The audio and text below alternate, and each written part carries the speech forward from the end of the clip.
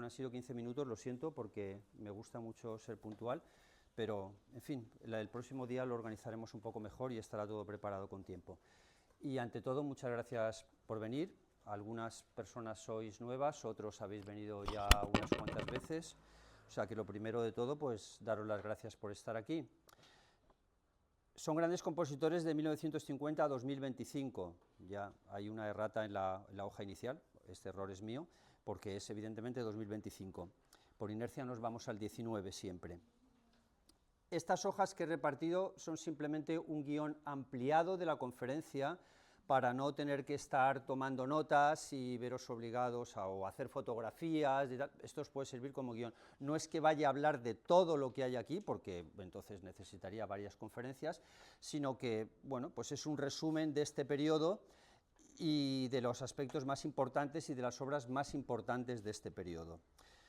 Por eso, la conferencia se puede seguir con las hojas o sin las hojas también, porque no todas las notas que hay aquí voy a proyectar todas esas imágenes, he hecho una selección de las imágenes.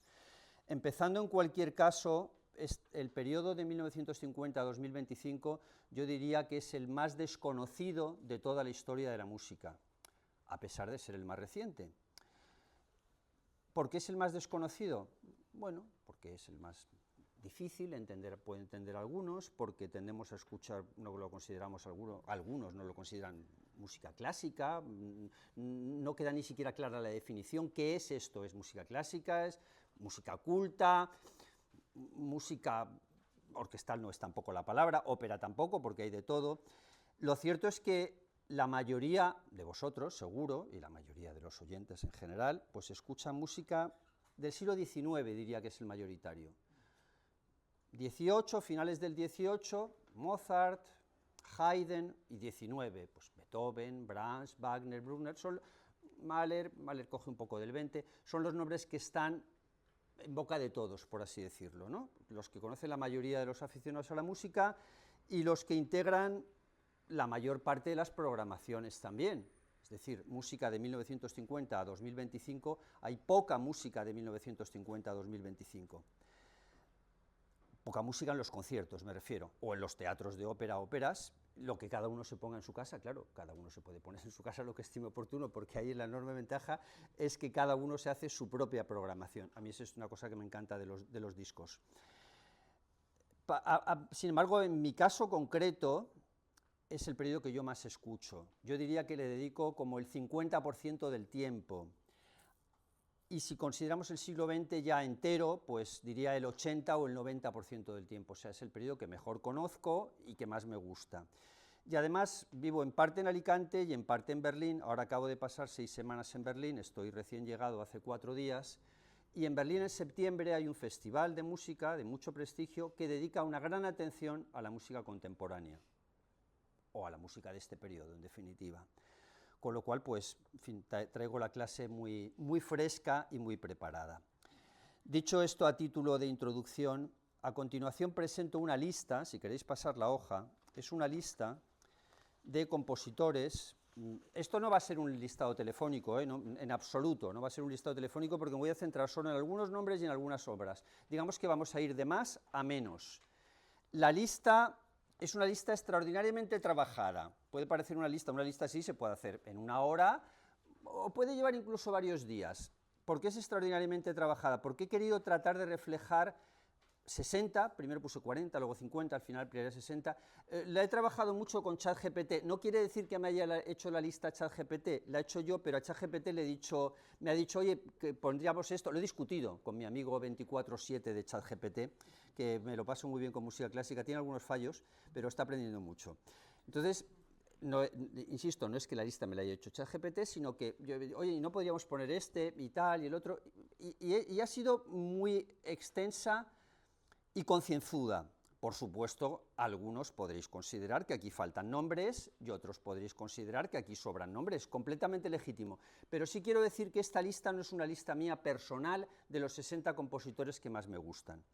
Y los he agrupado por países, porque hay quien dice que la música ha dejado de ser nacional, y no es verdad en absoluto. La música no ha dejado de ser nacional. ¿Qué quiero decir con esto? Evidentemente, pues Brahms es alemán, Mozart era austriaco, alemán, que es lo mismo, Beethoven era alemán, Verdi era italiano, y el componente nacionalista era importante. Eso no ha dejado de ser así en buena parte, porque las circunstancias políticas, como luego veremos, han influido enormemente en las circunstancias singulares de cada país. Por tanto, ¿qué es súper significativo de esta lista que luego vamos a contrastar con otra lista de los 60 mejores compositores en general, que es todavía más subjetiva que esta, claro? Primero, ¿qué contrasta mucho en esta lista? Pues que el número uno, el number one, es Estados Unidos, e insisto que no es una elección mía. Estados Unidos es el compositor que más compositores aporta en este periodo, y sin embargo no hay ningún compositor de Estados Unidos en el siglo XIX o en el siglo XVIII, la lista se quedaría vacía. 11 compositores de Estados Unidos, no vamos a hablar de los 11, pero muy brevemente, los nombres: Aaron Copland, Samuel Barber, Bernard Herrmann es conocidísimo por las películas hechas con Hitchcock, Vértigo, Psicosis, 7 películas y alguna más, Menotti, John Cage, Elliot Carter, de Carter sí que hablaremos, Bernstein, muy conocido, West Side Story, Steve Reich, Philip Glass, John Corigliano y John Adams. Vale, 11 compositores de Estados Unidos. Es decir, que el número uno es el país que antes no aportaba nada, el que estaba en 0 pasa a 11. También sorprende mucho la segunda posición, que insisto que la música no es matemáticas, pero es una lista muy trabajada en cuanto, he mirado programaciones de festivales, contenido de teatros de ópera, etc. O sea, que son datos objetivos, no datos subjetivos. Número 2, Reino Unido. También contrasta tremendamente, porque en el Reino Unido, en el siglo XIX y el siglo XVIII, no se os ocurrirá ningún compositor, ni uno, no se os ocurrirá ni uno. Sullivan, de las operetas, que es un poco discutible si lo ponemos aquí o no, Purcell es anterior, y luego hay una laguna enorme de 200 años. Sin embargo, aquí pasa al número 2. Vaughan Williams, Walton, Tippett y Britten, Biswisley, Peter Maxwell Davies, George Benjamin y Thomas Hades. Bien, número 2.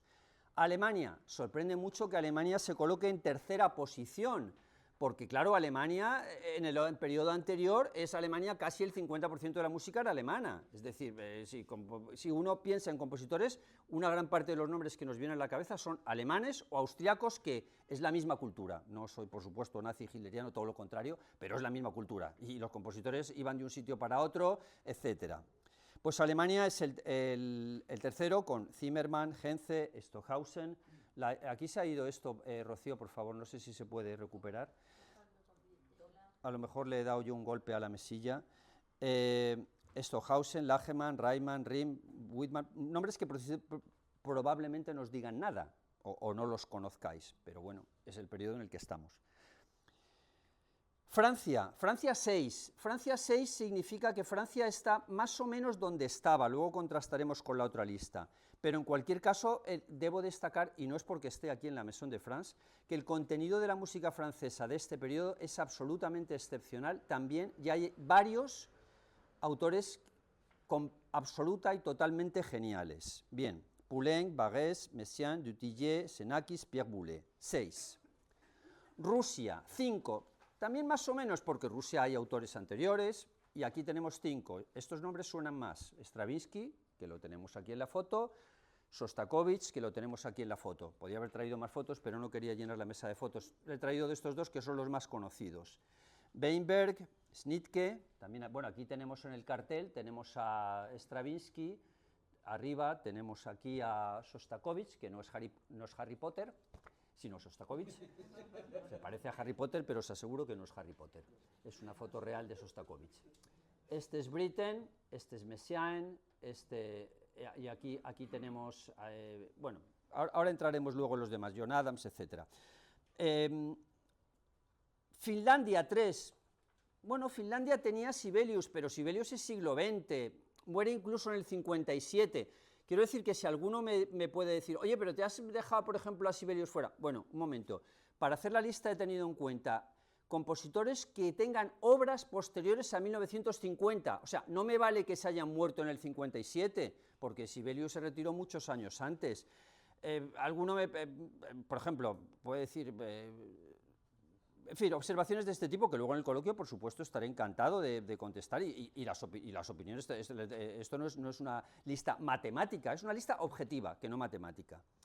Finlandia 3, Rautavaara, Saharayo, Esa-Pekka Salonen. Italia 3, qué poco Italia 3, qué poco. Los grandes países de la música han sido históricamente Alemania e Italia. En eso se va por lo menos el 80% de los grandes compositores anteriores a este periodo. Sin embargo, aquí 3, y creo que a la mayoría nos dirá nada ninguno de los nombres de los 3, y a título ya de comentario mío personal, ninguno de los 3 es absolutamente excepcional o genial. Dalla Piccola, Luigi Nono y Luciano Berio. Polonia 3, bueno, Polonia estaba Chopin. Bueno, Chopin era polaco, vivió en Francia, es música de piano, no es que no la valore, es un autor genial, pero evidentemente no era un gran país de tradición musical, aparte que es un país que siempre se lo ha comido entre Rusia y Alemania, se lo están repartiendo, ahora veremos lo que pasa en el siguiente periodo en el que entramos. Lutoslawski, Penderecki y Gorecki. España 2, Roberto Gerard, aunque luego se exilió y vivió en Reino Unido, y Cristóbal Halfter. Ahora te llamo cuando vaya a empezar, si quieres, con las fotos, porque si no... 2, bueno, España nunca ha sido un país de grandes compositores, evidentemente que no. Quiero decir también aquí el que me diga, oye, no, se te ha olvidado Joaquín Rodrigo. Bueno, yo a Joaquín Rodrigo no lo he puesto porque Joaquín Rodrigo preferentemente es conocido por el concierto de Aranjuez, es casi compositor de obra única, lo mismo que pasa con Bizet y Carmen, y el concierto de Aranjuez es de 1940. Entonces, he considerado que no lo debía incluir, vale, por ese motivo. Hungría, porque aquí no se trata de los compositores más conocidos, sino, insisto, criterios objetivos de programación, en teatros, de ópera, en grandes orquestas, Chicago Symphony, Berliner Philharmoniker, Wiener Philharmoniker, etc. Hungría 2, Ligeti, Kurtág, Chequia 1, bien, Dinamarca 1, Estonia 1. Esto ya empieza a ser interesante en cuanto a Dinamarca y Estonia, porque nos vamos encontrando países que antes no estaban, simplemente. Dinamarca 1, Estonia 1, Suecia 1, Carlson, Argentina 1, Alberto Ginastera, antes no estaba, evidentemente, no hay grandes compositores argentinos del siglo XIX o del siglo XVIII. Australia 1, pues lo mismo digo, ¿qué compositores australianos hay anteriores? Si seguimos, China 1, pues menos todavía, y estoy objetivando porque Tandún, por ejemplo, tiene óperas programadas en el Metropolitan de Nueva York, que no es cualquier teatro de ópera, sino es el teatro de más prestigio del mundo mundial. Corea, pues, tampoco. ¿Qué compositor coreano va a haber en el siglo XIX, ni siquiera en la primera mitad del XX? Y Japón, lo mismo, vale. Y ahora nos vamos a una lista que es más subjetiva, porque esta realmente es mucho más difícil de hacer. No, todavía cuando empiece, todavía no voy a empezar. Esta lista es todavía más difícil de hacer, porque el catálogo es muy grande, porque estos son los 60 mejores compositores de la historia, entonces aquí es más opinable. Alemania y Austria, porque considero que es lo mismo, 26. Vale, no voy a citar todos los nombres, porque no quiero que sea un listín telefónico, pero son 26. Nos vamos casi a la mitad, y claramente está el primero, con mucha diferencia.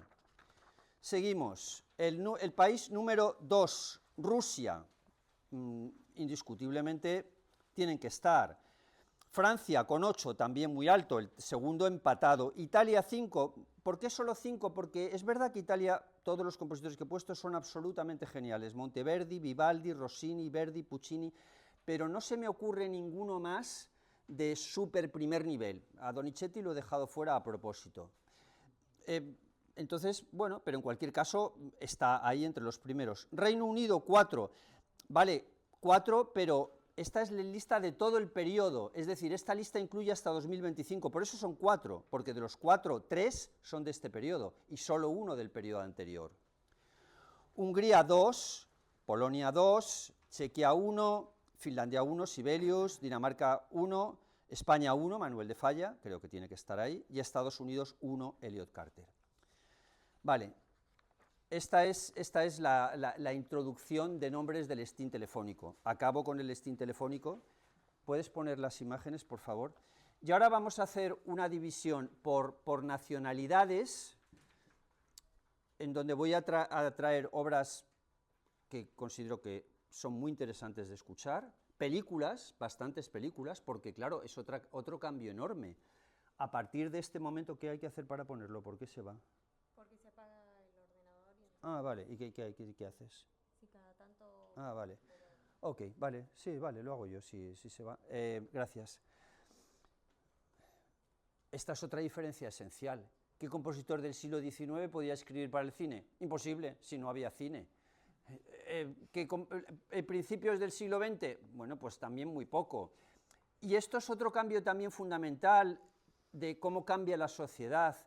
A partir de 1950, una cosa que ocurre, y va increciendo hasta el momento actual, hasta 2025, con la última innovación de la inteligencia artificial, es que se hace mucho más complicado escribir música porque hay mucha más competencia de otras cosas. Es decir, voy a tratar de explicarlo mejor lo que quiero decir. En el siglo XIX uno estaba en su casa, tocaba el piano, no tenía televisión, no tenía móvil, no tenía internet, podía ir a un teatro de ópera, sí, podía ir a un concierto, eso no cambia, pero había menos distracciones de otras cosas. Y no solo eso, sino que además esas distracciones actuales son distracciones de cosas que nos llevan a la filosofía de lo corto, de lo rápido, de lo escueto. Fue el SMS, el WhatsApp, y de la no concentración. Y yo siempre digo que la música culta hay que escucharla con concentración. Se puede escuchar de fondo también, por supuesto, pero eso ya dificulta enormemente las cosas. Y luego hay otro cambio enorme, que es, siempre ha habido música popular, correcto, cierto, pero no había discos. El que haya discos tiene ventajas e inconvenientes. Tiene la ventaja de que uno puede repetir, puede escoger, pero tiene el inconveniente de que la música popular se transmite mucho más y que es más accesible, que es más fácil, que en este mundo tan rápido, de cosas rápidas, pues se nos hace más complicado escuchar algo con concentración, porque estamos con distracciones constantes. Si nos ponemos una ópera en casa, pues nos va a sonar el móvil, que nos ha llamado nuestro hijo, nuestro amigo, que si tal, que si cual. Hay interrupciones. Eso es un cambio enorme, y para los que componen también, porque ¿cómo componen?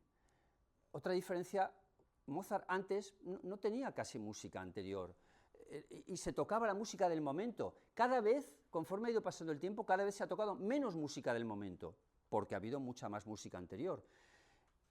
Un estilo de compositores han tratado de ir a la revolución, hacer una música tremendamente compleja, tremendamente difícil. Les aleja más todavía el público, se queda en algo totalmente minoritario. Otros una música totalmente convencional, minimalista, que ahora lo veremos. Bueno, pues gusta un sector más pequeño, tampoco llega a entusiasmar. Entonces se hace cada vez más complicado, y de hecho al final el porcentaje de oyentes y el porcentaje de música clásica que escucha a la gente va disminuyendo. Si estábamos en el 3%, podemos estar en el 2%. Es muy difícil calcular esto, evidentemente, porque también hay mucho YouTube, etc. Bien, hecha esta introducción, vamos a pasar ahora a compositores. No sé cómo, perdona, pero no sé cómo le tengo que dar. Vale, bueno, gracias. Vale, vamos a pasar, te digo yo, y si quieres, pues te digo cuando vas pasando imagen, y mira, más cómodo. Vamos a pasa a la primera imagen. Bien, aquí tenemos Stravinsky pintado por Picasso. Estamos en Rusia. Stravinsky, creo que el nombre de Stravinsky os suena a todos, creo que también todos conoceréis La consagración de la primavera, la habréis escuchado. Bien, Stravinsky vive muchísimo, está en el papel, 1882-1971, bien, 90 años prácticamente. Paso a la siguiente imagen.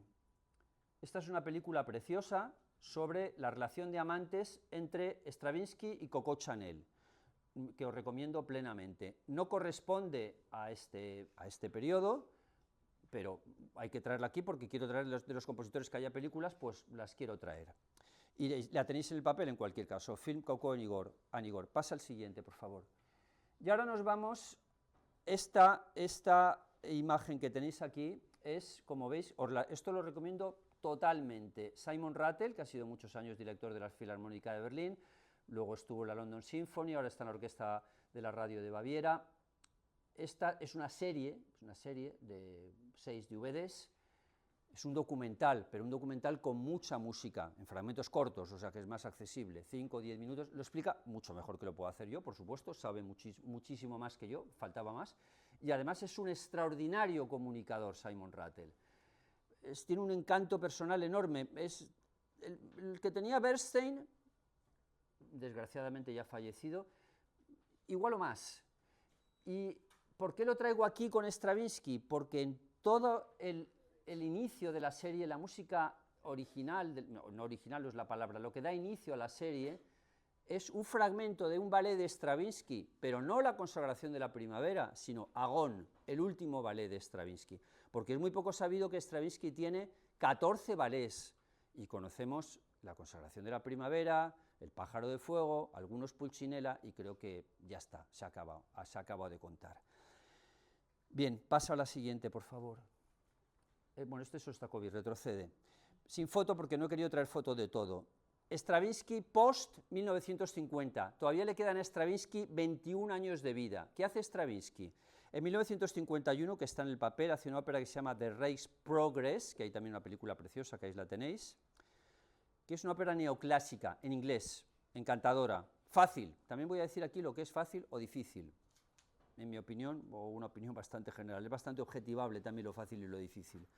The Flood, drama bíblico para CBS, ballet Agón, luego está esta serie, y luego cambia Stravinsky completamente a partir de ese ballet de Agón. Es muy curioso que en todo el resto de su vida se dedica a hacer obras extraordinariamente difíciles. Pasa un periodo dodecafónico, inspirándose en Schönberg después de fallecido Schönberg, con lo cual tiene una evolución francamente interesante, y ese es el periodo que traemos aquí. Y la última obra significativa aquí es su Requiem, también Stravinsky tiene su Requiem, que fue interpretado en su funeral, y es una obra compleja.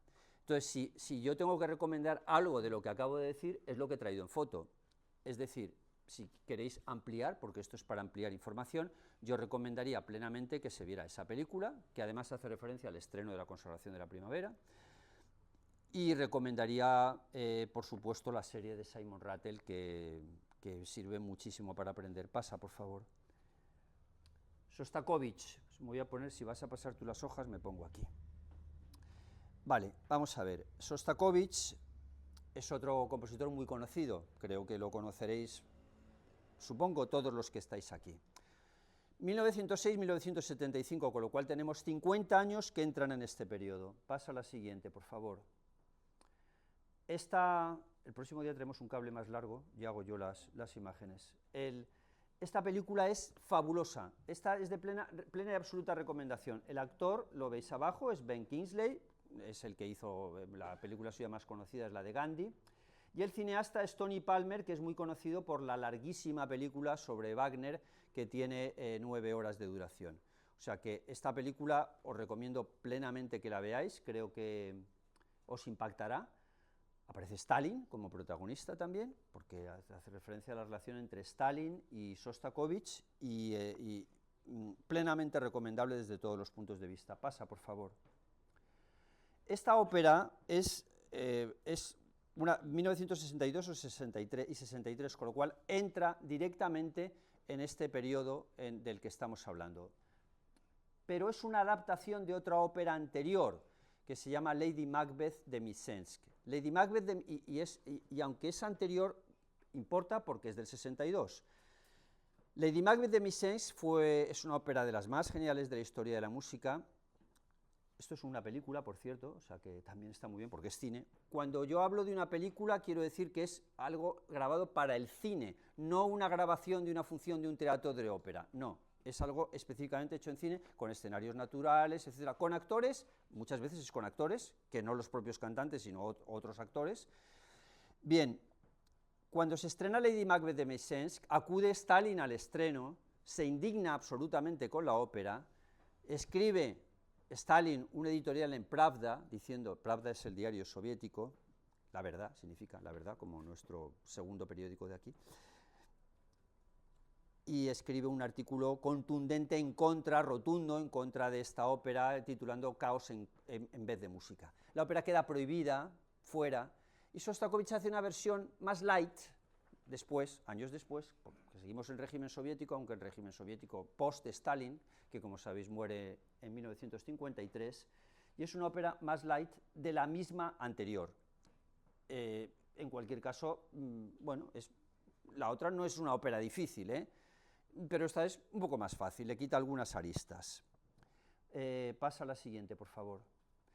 Bien, además de la ópera, porque Sostakovich tiene muy pocas óperas, solo tiene 2, hay varias sinfonías de este periodo, concretamente las que van de la 10 a la 15, no traigo fotos de todos. La 10, uno de los oyentes que tenemos aquí, está absolutamente entusiasmado con la 10, y es particularmente con la versión de la Berliner Philharmoniker con Karajan. Es una sinfonía excepcional, totalmente genial. La 11, el año 1905, es histórica, es una sinfonía del año 1905, es la pre-revolución. La 12, el año 1917, todos sabemos lo que es el año 1917, la revolución soviética. La 13, Babillar, que es la que he traído aquí. Babillar hace referencia a una matanza de judíos en el centro de Kiev, concretamente en el barrio de Babillar. Centro o afueras, ahora sería afueras, en ese momento estaba más en el centro. Luego está la 14, que tiene poemas de García Lorca, pero no en español, traducidos al ruso, y la 15 de 1971. Paso a la siguiente foto, por favor.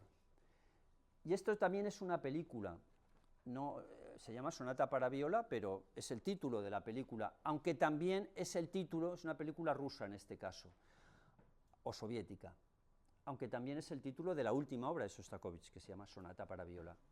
Interesantísima también, apasionante, Sostakovich, que por cierto se me ha olvidado decir, el que no lo haya visto, que es la camiseta que llevo, aquí pone Sostakovich, o sea que mi elección también va por ahí.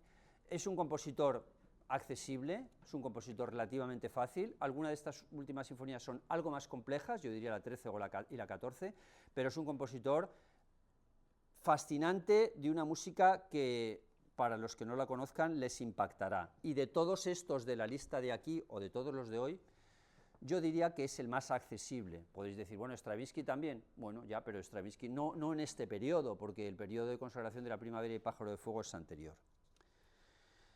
Sigue, pasa. Y ahora vamos a películas, pero películas con música de Sostakovich. Sostakovich hizo muchas películas, 25, 30 bandas sonoras, no todas de la misma calidad.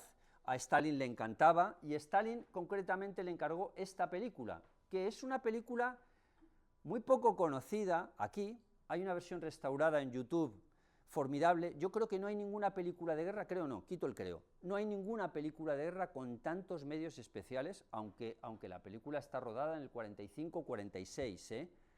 ¿Por qué? Porque utilizaron los tanques de la propia guerra mundial, esos mismos tanques, con unos medios impresionantes, tanques de los alemanes y también tanques de los soviéticos. Por supuesto, la película es propagandista a favor de Stalin. Yo no estoy a favor de Stalin en absoluto, no nos confundamos, ni de Stalin ni de Hitler. Solo trato de juzgar la calidad del producto y me olvido del hecho de que sea propagandista. Es tan propagandista que es absurdo, porque al final aparece Stalin en Berlín, en el Reichstag, bendiciendo no, la palabra bendecir, olvidarla, saludando a los soldados a Stalin, el triunfador. Stalin nunca estuvo en Berlín, esa escena no se produjo, no es verdad. Ahora, dicho eso, y aparte, para conocer la guerra mundial desde la perspectiva soviética, no está mal, y no nos olvidemos, el que ganó la guerra mundial fue la Unión Soviética, y el que murieron 20 millones de personas fue la Unión Soviética, y todos los conflictos que tenemos ahora, lo de Ucrania y lo que esté por venir, viene de ahí, de que la Unión Soviética se considera traicionada, o la Rusia actual, que es la sucesora, por los pactos a los que se llegó después, que consideran que no se han respetado. Y no soy prosoviético, ni soy pro-Stalin, ni nada de eso. Estoy tratando de decir algo simplemente objetivo. En cualquier caso, la banda sonora de la película es de las mejores bandas sonoras de la historia de la música, porque es de Sostakovich, no de estos que hacen ahora bandas sonoras de música que repiten lo mismo, 4 temas que copian de otro anterior y que el interés es puramente anecdótico, vamos. Entonces, esta película, no he dicho bien, 45-46 no es verdad, 1950, vale, pasa a la siguiente película. Esta es una película, bueno, la siguiente que pongo en la lista es Comanchina. Comanchina es una ópera soberbia de Mussorgsky, pero que la adaptó Sostakovich e hizo la banda sonora con las adaptaciones en versión cine, que la he puesto aquí también. Y todo esto está en YouTube, además, está en YouTube, porque los rusos han subido muchas cosas a YouTube, con versiones muy restauradas, con subtítulos preciosos, en castellano, en inglés, y muy bien hechos. Esta es una de las mejores películas de la historia del cine, y esta no tiene nada que ver con tema, no, bueno, es soviética, eso sí, el director es soviético, es en ruso, pero qué Hamlet, con música de Sostakovich, otra de las grandes bandas sonoras, y aquí estamos ya en 1964. Shakespeare, por supuesto, pero es el texto de Shakespeare. Cualquier versión en cine de Shakespeare, todas absolutamente hacen cortes. Esta también hace cortes, incluso en el teatro muchas veces se hacen cortes. Siguiente. Esta hace serie con la anterior. Este es el mismo cineasta, es Sostakovich, de nada menos y nada más que en 1971, o sea, ya al final. Y es Rey Lear, la grandísima tragedia de Shakespeare, una de las 2 o 3 mejores obras de Shakespeare, que intentó llevar Verdi a la ópera y no lo llevó. Bueno, aquí Sostakovich, vale, no es una ópera, pero es que parece que sea una ópera, porque el director, con gran acierto, deja sonar la música de Sostakovich sola, en muchos fragmentos, no como ocurre ahora con las películas, que se tapa el sonido y que no se escucha bien en bandas sonoras de otros compositores. Con lo cual, Rey Lear, también en cine. Vamos a ver, esto es una magnífica manera de introducirse a la música, porque es introducirse a la música de enorme calidad con cine de extraordinaria calidad. Pasa, por favor. Bien, esta es completamente diferente. Esta es la última película de Kubrick, obviamente no soviética. Stanley Kubrick, Eyes Wide Shut, con Nicole Kidman y Tom Cruise, una película excepcional. ¿Y por qué la traigo aquí? Porque trae la obra que es más conocida y popular de Sostakovich, que es, lo he puesto aquí, Suite para orquesta de variaciones, es conocido más como el Vals de Sostakovich, se suele conocer, el Vals de Sostakovich, no es exactamente así el título. Y bien, pues la traigo aquí porque procede. No, por supuesto, Sostakovich no compuso en este caso la música para esta película, sino que han utilizado la música de Sostakovich, que no es lo mismo, pero también es perfecta, es una solución perfectamente válida. Claro, lo ideal es cuando trabaja un gran director con el propio compositor y hacen conjuntamente la película con la banda sonora. Con esto cierro Sostakovich, ¿vale? Cierro Sostakovich y cierro Rusia. Y aquí con mi termo de la Berliner Philharmoniker.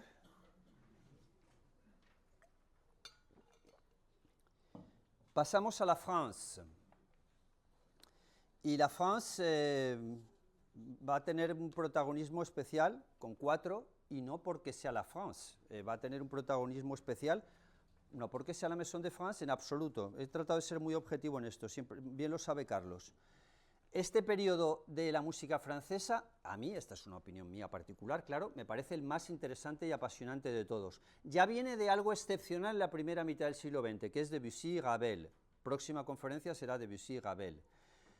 Pero este periodo, estos compositores que traigo yo aquí, están entre mis compositores más queridos, más conocidos y más admirados. Pasa, por favor. Bien, este es Poulenc, primer compositor, es la foto. En la siguiente creo que ya no está, sí, es la ópera, sí.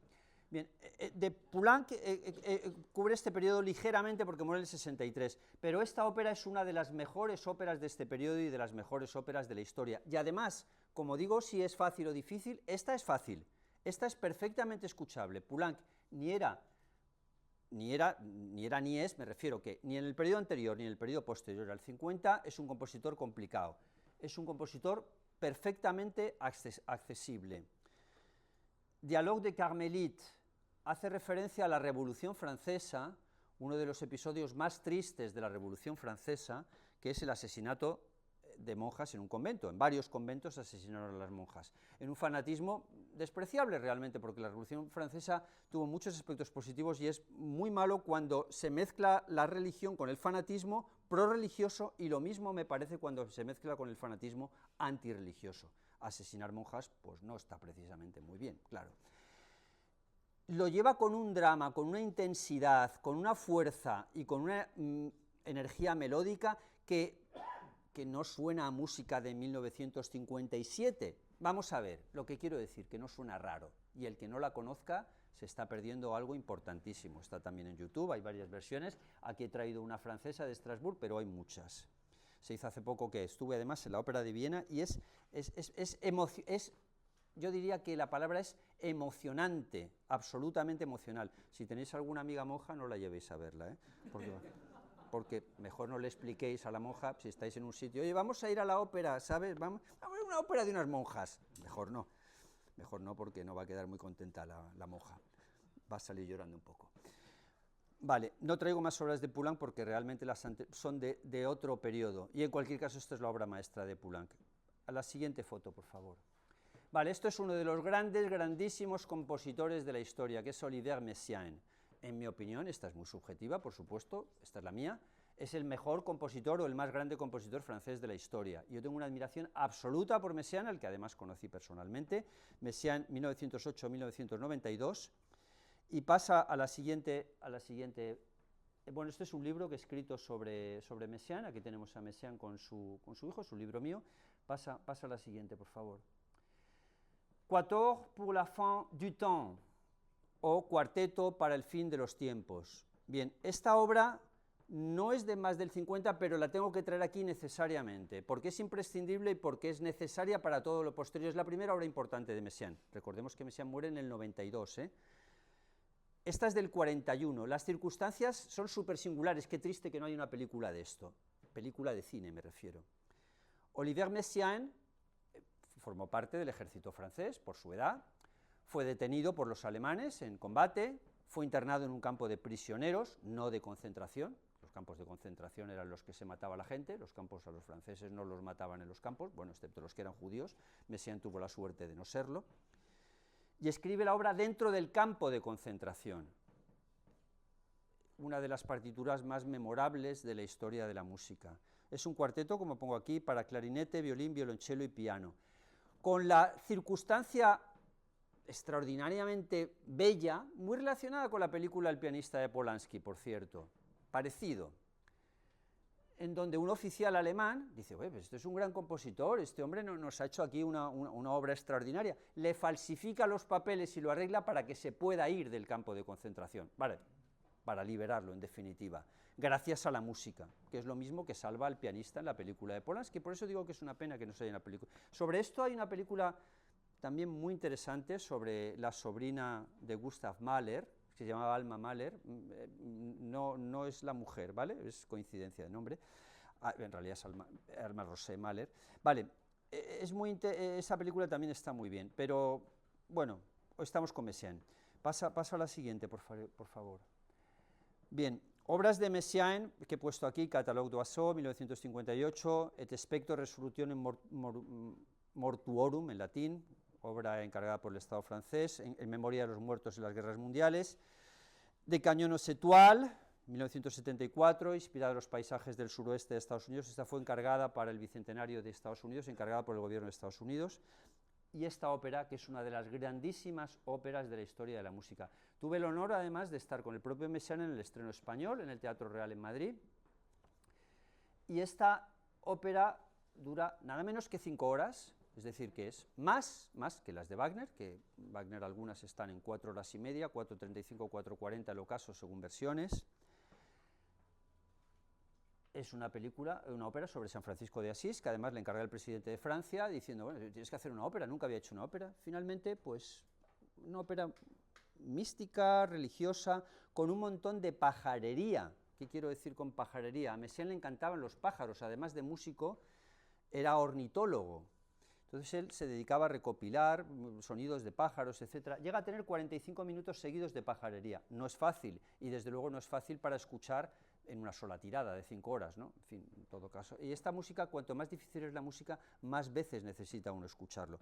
En cualquier caso, hay que traerla aquí porque está en el periodo, además, 83.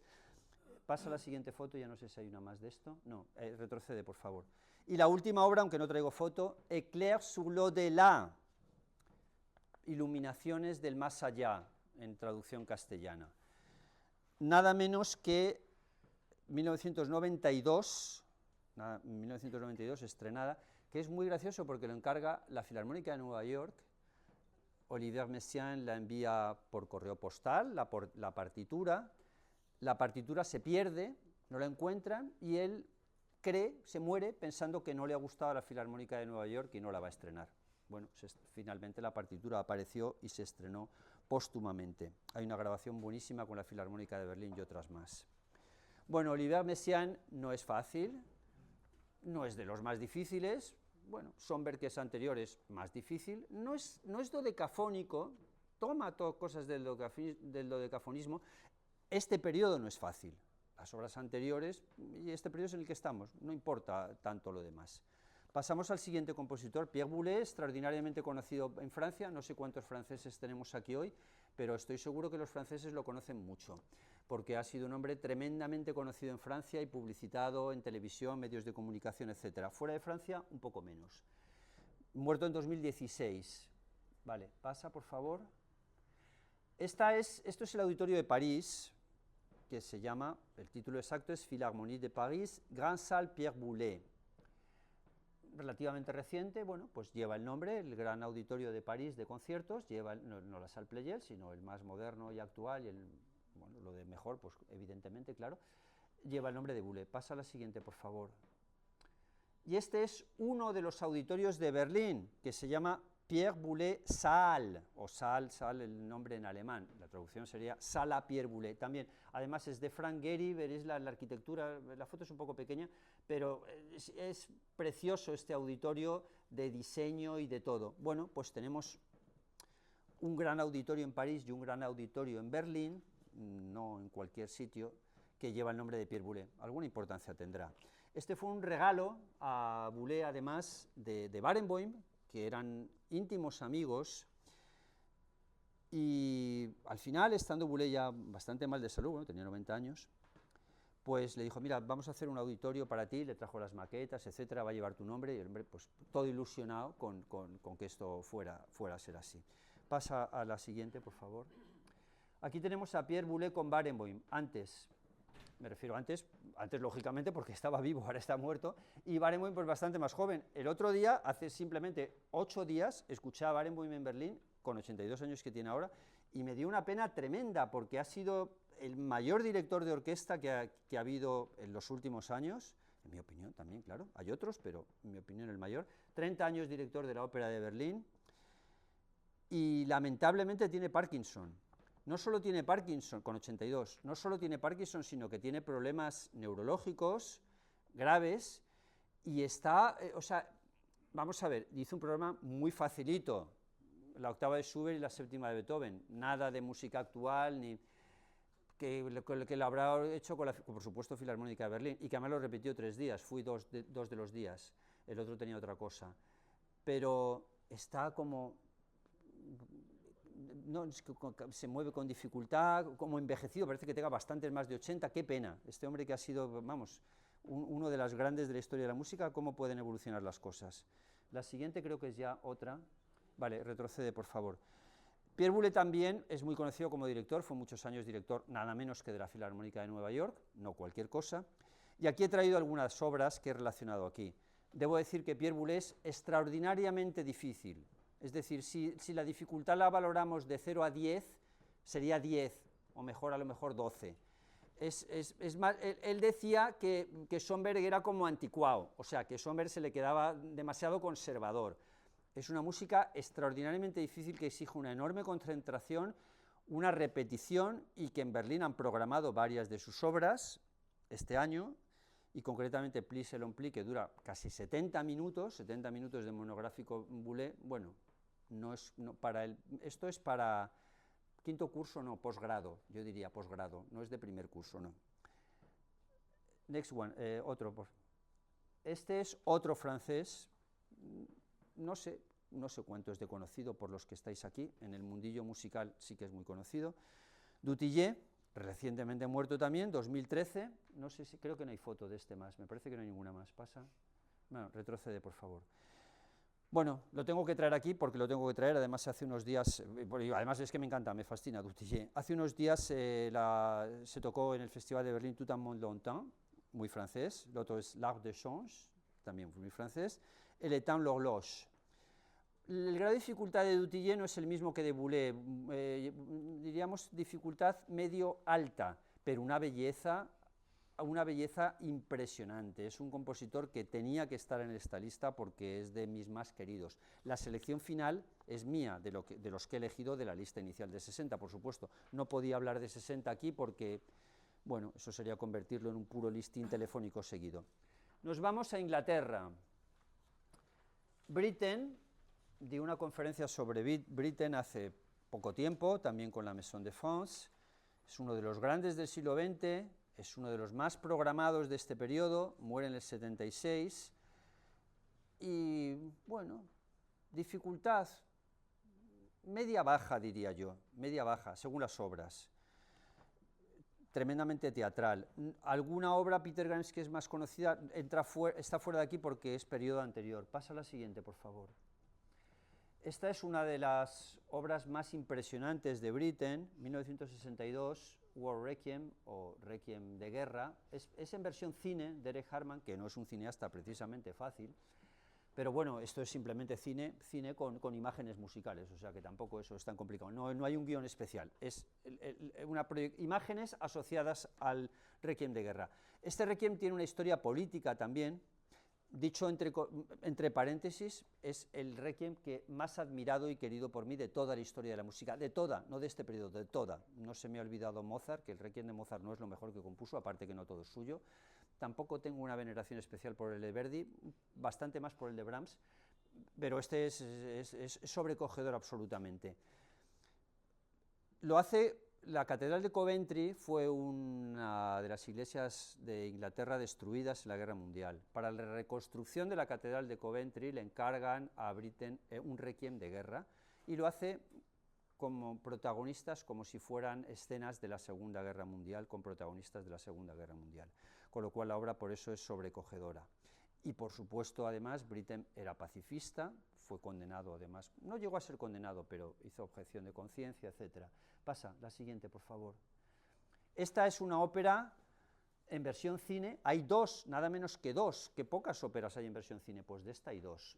Britten, 1970, Oven-Bingrave también es una ópera pacifista, hace referencia a una familia militar, de alta raigambre militar, todos eran soldados, no soldados, sino generales, altos generales, y en la cuarta o quinta generación, el chico, el protagonista que está ahí, dice que no, que a él eso del ejército, pues que no le va, que no quiere ser militar. Esa es la esencia de la historia, muy bien contada. No es de las más fáciles, porque aquí introduce elementos dodecafónicos y no es de las más fáciles. Y además, sobre esta lista, que no traigo foto, está la última ópera de Britten, Death in Venice, o Muerte en Venecia, no confundir con la película de Visconti, que, bueno, a mí me gusta más que la película de Visconti, y también hay una versión cine. Bien, pasamos al siguiente compositor, por favor. Y no me extiendo tanto con Britten porque está de una conferencia, como he dicho recientemente. Michael Tippett, que figuraba en la misma conferencia, aquí lo tenemos, a Michael Tippett. Lo traté varias veces porque en esa época trabajaba yo en la London Symphony, bueno, servicios administrativos, nunca he sido músico, para llegar a ese nivel, por supuesto, pasa. Y este es un libro que he escrito sobre Tippett, El tiempo y el sueño, y el cuadro de la portada tiene la gracia de que es de Kokoschka, es un retrato de Kokoschka del propio Britten. Y la siguiente, por favor. Esta es la ópera más conocida de Britten, y si yo tuviera que recomendar una ópera a alguien que no conoce la ópera, no esta ópera, sino en general, es decir, alguien que no ha escuchado nunca una ópera, pues yo creo que no le recomendaría Carmen de Bizet, yo le recomendaría esta. Claro, haría falta entenderla y leerla. Es una adaptación moderna de la flauta mágica de Mozart, pero con la misma idea, y esta es fácil, ya lo digo, porque además si no, no se la recomendaría a alguien. La música de Tippett se fue haciendo cada vez más complejo, pero esta es plenamente recomendable desde todos los puntos de vista. Hay más óperas que las he relacionado aquí, que no las voy a detallar. Sigue, por favor. Y esto es un ejemplo del enorme prestigio que alcanzó Tippett en vida, murió en 1998. Tenemos a Tippett ahí a la izquierda y a Solti, el grandísimo director, nada menos que con la Chicago Symphony, la mejor orquesta de Estados Unidos, en el estreno mundial de la cuarta sinfonía de Tippett. Tippett fue sinfonista y fue operista. Tampoco las sinfonías de Tippett son precisamente de lo más accesible, pero es otro de los grandes de la historia de la música. El puesto de número 1 como compositor inglés lo tiene Britten, sin ninguna duda, creo que nadie podrá discutir esto. El 2 es más opinable, más discutible, hay distintas teorías, son clasificaciones más subjetivas, todas son subjetivas, claro, Yo se lo daría a Tippett. Next one, please. Thomas Hades. Estamos aquí en... vas a la siguiente foto, por favor. Este es un libro que he escrito sobre Hades. Y aquí estamos entre un compositor vivo y relativamente joven. Bueno, más joven que yo y más joven que algunos de los que estáis aquí. 1971. Y es el compositor o uno de los compositores de mayor relieve en la actualidad. Es decir, compositor que estrena pues, en el Met de Nueva York, compositor que hace obras pues, en el Covent Garden, recientemente un ballet, el Covent Garden Royal Opera House de Londres, y un compositor de extraordinario prestigio que ha sabido, y en esto es de alabar, encontrar el middle way, que es el middle way budista, es el equilibrio, pues no hacer obras excesivamente complejas, porque no te las va a escuchar nadie, ni tampoco excesivamente fáciles, porque, bueno, pues tampoco es lo que toca, ¿no? Entonces, un punto intermedio es popular entre la minoría, claro, por supuesto, porque la música clásica es minoritaria, la música del siglo XX es la minoría de la minoría, y la música del siglo XXI es la minoría de la minoría de la minoría. Del siglo XXI, porque esto es música del siglo XXI, es música de ahora, sigue componiendo, claro. Next one. Powder Her Face, first opera, o primera ópera, 1995. Esta ópera tiene, bueno, la gracia no es eso solo, es una ópera buenísima, es la historia de la duquesa de Argyll. Tiene una escena que es de sexo oral, es decir, que se le practica sexo oral a la protagonista, que era una obsesa sexual que se había acostado con 80 o 90 hombres. De eso trata la ópera, trata de un juicio también, y bueno, pues se llama el aria de la felación. Bien, es una anécdota curiosa. Hay una versión cine, además, que está disponible en YouTube, y es accesible, no es una ópera difícil. La próxima, por favor. Esta ópera no tiene sexo oral, desafortunadamente. Entonces, The Tempest es, en mi opinión, esta es subjetiva, por supuesto, la mejor obra de Shakespeare. Esta opinión es compartida con otros, claro, no es solo mía. Me gusta mucho Shakespeare, pero no me gustan todas las obras de Shakespeare, tiene 38. Las he visto y leído todas, y hice un libro sobre Shakespeare en la música. Esta ópera sí que mi recomendación es absoluta, es accesible, coge el texto de Shakespeare con cortes, todos los textos de Shakespeare también se cortan, o sea que no es que en eso sea algo extraordinario, pero le va tanto, es que parece que la música y la literatura de Shakespeare se unan de tal manera que Shakespeare esté pidiendo a gritos ser cantado, y ser cantado de esta forma, que no es difícil, es perfectamente escuchable, y si no conocéis de La Tempestad de Shakespeare, pues mejor vais directamente a la ópera y perfecto, sin ningún problema, quizás la entendáis mejor que con una versión cine, sobre todo la película de Eric Hartman, que es complejísima. La escenografía, como siempre en el Met, es buenísima, os recomiendo plenamente la plataforma digital del Met, es lo mejor para escuchar ópera que hay. Tiene subtítulos en 14 o 15 idiomas, pero la escenografía es buenísima, y quien quiera escuchar ópera en casa cómodamente, de forma barata, y pudiéndole dar al stop cuando no le guste, o al play de repetir varias veces cuando le guste mucho, o volverla a escuchar al día siguiente cuando le haya encantado, pues lo puede hacer. Eso no se lo puede uno permitir cuando está en un sitio de viaje. Next one. Esta es reciente y es temática española, además, 2016. ¿Por qué digo temática española? Porque es El Ángel Exterminador. ¿Y qué es El Ángel Exterminador? Pues El Ángel Exterminador es una película muy conocida de Luis Buñuel.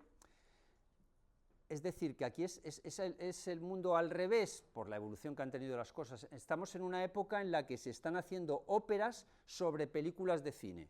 Explico lo que quiero decir. Primero se hace la película de cine, se proyecta la película de cine, las pantallas, grandes pantallas, etcétera, la televisión, y años después un compositor se le ocurre hacer una ópera sobre esa película, es decir, cogiendo la temática de la película, con un guión parecido, con los cambios que sean necesarios, hace una ópera, con lo cual se convierte en la película de cine, pero cantada en idioma actual. Eso es El Ángel Exterminador. Y esta es absolutamente soberbia. La película de Buñuel también lo es, no es de las más fáciles de Buñuel, es una película antiburguesa total.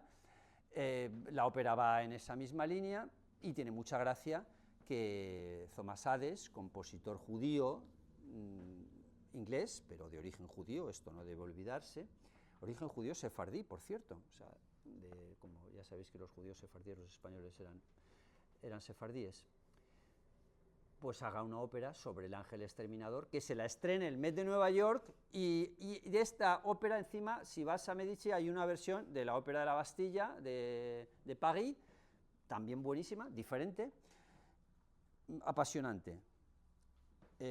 Salta, y esta es una película con música de Thomas Hades, temática francés, Colette, esta autora francesa de novelas populares. También hay un ballet de Dante de 2021, ballet sobre Dante 2021, que lo he puesto aquí, 2021, nada menos que 2021, es decir, hace 4 años, estrenado en el Royal Ballet Opera House de Londres.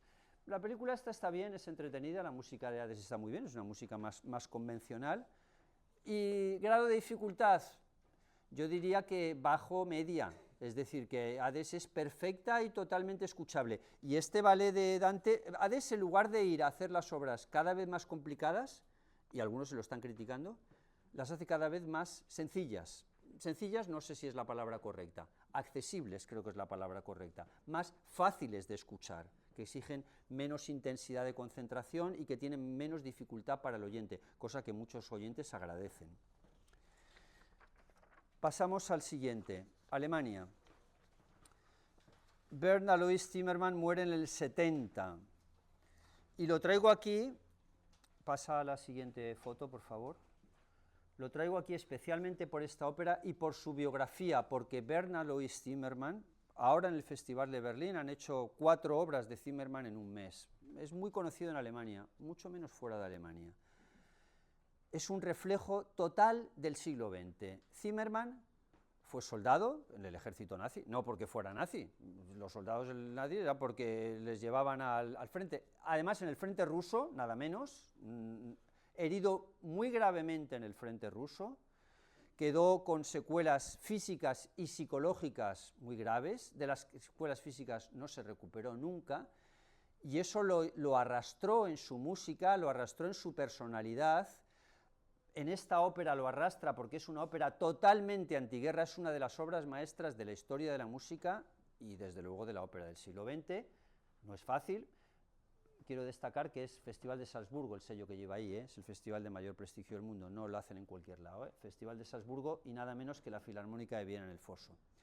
Hay otra versión más en DVD, pero esta es la mejor. La ópera es contra la guerra, totalmente contra la guerra, cosa que me parece que está muy bien, porque a mí la guerra me parece algo despreciable y los ejércitos y con lo que estamos viviendo ahora, la desgraciada evolución que tenemos de todo, pues creo que no está mal recordar estas cosas. Pero es que esas secuelas psicológicas de Zimmermann le llegó a tener trastornos depresivos graves, con oscilaciones de periodos de recuperación, y muy lamentablemente, relativamente joven, en 1970, a suicidarse con una pistola pegándose un tiro. Por eso digo que es un reflejo del siglo XX. ¿Por qué? Porque en su personalidad es un reflejo de lo dramático que ha sido el siglo XX, esperemos que el siglo XXI no lo sea tanto, de momento la inercia o la tendencia es mala, veremos lo que pasa con estos conflictos abiertos, y el que participara en la Segunda Guerra Mundial como soldado, que eso repercutiera en su personalidad, que repercutiera en su música y que luego lo llevara a una ópera de creación magistral y que luego además se suicidara por no haberse recuperado ni física ni psicológicamente del trastorno que le produjo la Segunda Guerra Mundial, es un personaje del siglo XX, pero no es anécdota, es decir, es un grandísimo compositor, no es que lo traiga aquí como una anécdota o un pie de nota. La siguiente, por favor. Genze, 2012, o sea que también es relativamente reciente, tiene óperas del siglo XXI. Y la siguiente. Esta es una ópera encantadora. Genze, el estilo es dificultad, yo diría que media. Muy criticado. Pierre Boulez, cuando estrenó alguna de las obras Genze, se salía directamente diciendo, pero qué vergüenza, estás haciendo cosas conservadoras, esto es indignante. Esta es la crítica social, creo que de la crítica social la más graciosa que he visto nunca, más la ópera de Berlín, la de Berlín Oeste. En Berlín hay 3 teatros de ópera en funcionamiento diario, nada menos, ninguna ciudad del mundo tiene eso. Y se llama Der junge Lord, traducción, el joven Lord. ¿Quién es el joven Lord? Este de la izquierda. El joven Lord llega a un pueblo y el Lord, el sobrino del Lord, qué bien, tal, todas las chicas, tal, será rico, tal, maravilloso, qué extraordinario, qué tal. Sus modales son agresivos, es violento, rompe cosas, cuando ya se revela, porque al principio lo tiene escondido, y claro, y eso les induce a mayor admiración, etc. Pues al final resulta que era un orangután. Y entonces, claro, es el reflejo de cómo la chica, la protagonista principal, deja a su novio, lo deja por él, claro, y pues eso, pues se ha enamorado de un orangután al que traían disfrazado y con una máscara y tal, en fin, bueno, el teatro tiene siempre estas convenciones. Está muy bien hecha, la partitura es magistral. Sigue, por favor. Bien, y ahora nos vamos a temática francesa, una película preciosa. Yo no soy un gran fanático del cine, pero hay algunas películas que realmente me encantan. Y si la música es buena, ya me gustan todavía mucho más. Y esta es que la música es de Genze, nada menos. Y es una de las mejores adaptaciones que hay de la obra de Proust, de Marcel Proust, de Du côté de chez Swann. Bueno, esta es un amour de Swann. Geniales los actores, pues veréis el reparto ahí, Jeremy Irons, Alain Delon, Ornella Muti, nombres todos muy conocidos. La película es buenísima, la música es más que buena, no, lo siguiente, y hay 2 películas más que he traído aquí que no son fáciles, estas 2 no son fáciles, son de Alain Resnais, y las he puesto aquí en el guión, Muriel ou le temps d'un retour, y L'amour à mort. Las 2 llevan música también de Genze. Hay más con música de Genze, pero en fin, no quiero hacer un listado. En cualquier caso, si me tengo que quedar con una, me quedo con esta. Muy curiosa en cualquier caso también L'amour à mort, porque esta es casi perfecto en cuanto a música, porque cuando está sonando la música proyecta cuadros negros y entonces suena la música y luego sigue la película. Pasa, por favor. Parte quinta, Italia. Italia lo he traído pues porque, no porque tenga aquí entre los oyentes 2 queridos amigos italianos, sino porque, bueno, pues había que traer a Italia, a lo mejor, digo yo, pero no, sinceramente Italia, el problema que tiene Italia, no he dicho el problema que tiene Alemania, el problema que tiene Alemania lo asocio a Italia, ¿por qué? Porque son los 2 perdedores de la Segunda Guerra Mundial y por eso he dicho que la política va muy unida. El problema de Alemania es que la mayoría de los compositores alemanes de la época anterior a la Guerra Mundial eran judíos, directamente eran judíos, claro, estos ya fuera y ya se acabó. ¿Qué se hace después de eso? Bueno, además los que se fueron no volvieron, Sommer no llegó a volver nunca.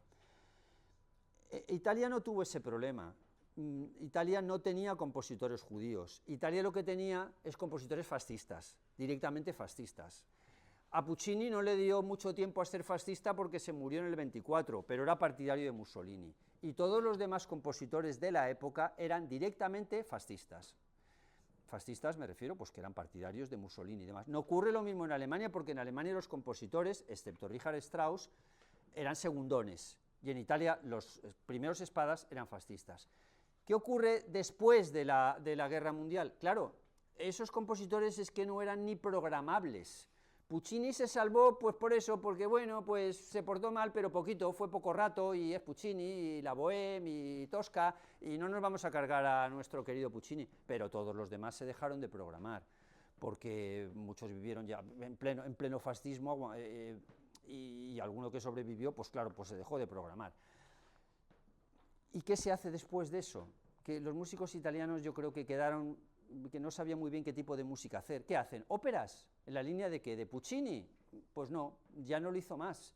En realidad, la ópera italiana no es verdad que muera con Puccini en el 24, hay varias estupendas, pero ya si no muere en el 24, muere en el 38 o en el 40, porque ya no hay más. Ya me diréis vosotros alguna ópera italiana posterior al 45-50, bueno, se me podría ocurrir alguna, Pichetti, pero son cosas mínimas, insignificantes. Si he traído a Berio es porque, bueno, primero se cubre el centenario, el Festival de Berlín le ha rendido un homenaje especial, centenario del nacimiento. Paso a la siguiente, creo que ya no es foto de él. Pasa, retrocede, por favor. 2 obras de Berio, y porque estas creo que sí que merecen realmente la pena. Y la primera la tenéis que escuchar sí o sí. sí o sí. ¿Y por qué digo sí o sí? Porque es una de las obras más originales de la historia de la música y además no es difícil, Sinfonía para 8 voces y orquesta, 1968, coge en una parte de la sinfonía un movimiento de la segunda de Mahler y lo descompone introduciendo música de otros 15 compositores distintos que van desde Bach hasta Stockhausen, con autocitas también, en una obra que es sorprendente, es mágica. La escuché además el otro día, hace 3 semanas, ya la conocía, por supuesto, pero en vivo muchas veces se intensifica más o no, depende del momento. Y esta hay que escuchar, la Sinfonía de Berio, porque hay que escucharla. Y la otra obra, no la tengo en foto, Rendering para orquesta, porque esta coge fragmentos de la Sinfonía inacabada de Schubert, no la inacabada que conocemos, inacabada, no la octava, que no es la octava, sino la séptima, y que en Alemania le llaman Sinfonía 7, y aquí le llamamos Sinfonía 8, y en Francia también, que es un poco confuso, y allí le llaman a la 9, le llaman 8, en fin, bueno, dejando estos líos numéricos, que crean mucha confusión en los oyentes, porque Schubert dejó una sinfonía sin terminar después de la 9, y Berio combina fragmentos de esta sinfonía con su propia música, y es una combinación también interesantísima, que la hizo además ahora en Berlín la Orquesta del Concertgebouw de Ámsterdam, una de las grandes orquestas, con Klaus Makela, que es uno de los directores más en boga actual, jovencísimo, por cierto, 25-26 años, y bueno, pues son obras muy interesantes las dos. El resto de Berio me gusta menos. Siguiente, por favor. Pasamos, después de Italia, nos vamos a Polonia. Este es uno de los grandes compositores de la historia de la música, no del siglo XX, sino de la historia de la música, Lutosławski. Os dejo recrearos en el perfil fotográfico. Pasa a la siguiente, por favor. Este es un libro que he escrito sobre Lutosławski, una ética del sonido. Creo que no hay, si pasas a otra, ¿cuál hay? Pasa ya, sí, la Sinfonía 3. Pon la primera, la de la foto, la de imagen de Lutosławski. ¿Quién es Lutosławski? 1913-1994. Dificultad, pues la Sinfonía 1, media baja, nos vamos luego a las más difíciles, no dodecafónicas. Estamos en la época comunista en Polonia.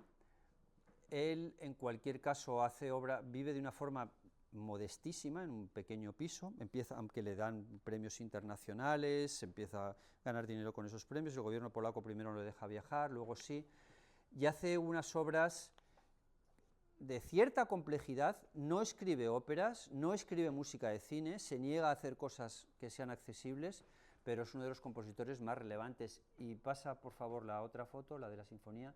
¿Y quién estrena sus obras? Pues nada menos que la Sinfónica de Chicago, no el estreno no lo hizo Barenboim, lo hizo, creo que fue Solti el que la estrenó, y en cualquier caso aquí la tenemos con la Sinfónica de Chicago con Barenboim. Es un compositor de los más relevantes de la historia de la música. Siguiente.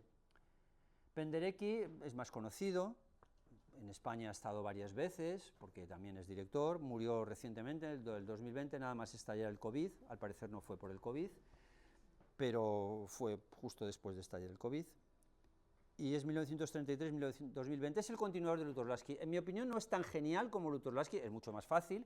Penderecki sigue una evolución completamente diferente, porque él va de lo difícil a lo fácil, es decir, empieza con obras muy difíciles y luego haciendo obras cada vez más accesibles. Pasa a la siguiente, por favor. Esta es una ópera difícil, pero imprescindible, y además en versión cine, y es una historia también relacionada con monjas, en este caso, posesión demoníaca, los demonios de Ludun, es una historia francesa, y bueno, pues hay que conocerla, y además, como he dicho, es versión cine, eso lo hace más fácil. Pasa a la siguiente, por favor. Ahora nos vamos al cine, o sea, es decir, cine que os gustará, es más fácil el cine, siempre es más fácil el cine exige mucha menos concentración, es más sencillo. El Resplandor de Kubrick, ¿por qué? Pues porque buena parte de la música, o parte de la música del Resplandor, es de Penderecki. Y además porque Kubrick le llamó a Penderecki, le llamó por teléfono, estuvieron hablando, no se reunieron personalmente, pero estuvieron hablando por teléfono, da igual, le dijo que quería que hiciera la música para El Resplandor. Y le dijo Penderecki, mira, pues no, la verdad es que no, yo pues no, estoy muy liado porque este hombre es que escribía, siempre estaba con encargos por aquí, por allá, exagerado, hacía demasiado. Y dije, pero no te voy a escribir la música, pero te voy a hacer otra cosa que te va a valer perfectamente, que es que te voy a recomendar la música que puedes poner en la película. Y así lo hizo, y Kubrick siguió sus recomendaciones. Con lo cual, es muy interesante esto que voy a decir ahora, o a mí me parece que lo es. Vosotros todos habéis escuchado mucha música contemporánea, y mucha música de la que hay aquí. Bueno, todos los que veáis películas de cine, que son la mayoría, digo yo, porque generalmente se escucha más cine que música. Sin embargo, no os habéis enterado de que lo habéis escuchado, porque no lo sabéis de quién era o qué era música contemporánea, no lo sabéis. Pero lo segundo que voy a decir creo que es todavía más importante que lo anterior. Lo habéis escuchado y os ha gustado, porque en el ambiente os ha parecido que era correcto, porque no lo habéis escuchado a palo seco, diría yo, no sé, o pan sin mantequilla, es decir, no lo habéis escuchado sola la música. Entonces, estaba asociado a una escena de terror y ha estado integrado con eso y lo habéis escuchado bien, pues por ejemplo, pues la famosa escena de Psicosis de Bernard Herrmann, de Hitchcock, por supuesto, sé que Psicosis es de Hitchcock, digo Bernard Herrmann, el cineasta. Bueno, se integra de otra manera cuando se escucha eso con la película en sí. Bien, pasa a la siguiente, por favor. El Exorcista, también es una película muy conocida, es un clásico, 1973, obras de Penderecki principalmente, que ahí de nuevo, y esta película no está mal, por cierto, algunos la critican mucho y tal, a mí me parece que la película es excelente. Next one, please. Esta es una película más reciente, 2006, y menos conocida, Hijos de los Hombres o Children of Man. Interesantísima también porque trae la hipótesis, apasionante, de que las mujeres, hay muchas mujeres que no quieren tener hijos, lo sabéis, cada vez más. Ha llegado un momento en que el género humano se está extinguiendo. Hace 20 años que ninguna mujer ha tenido un hijo.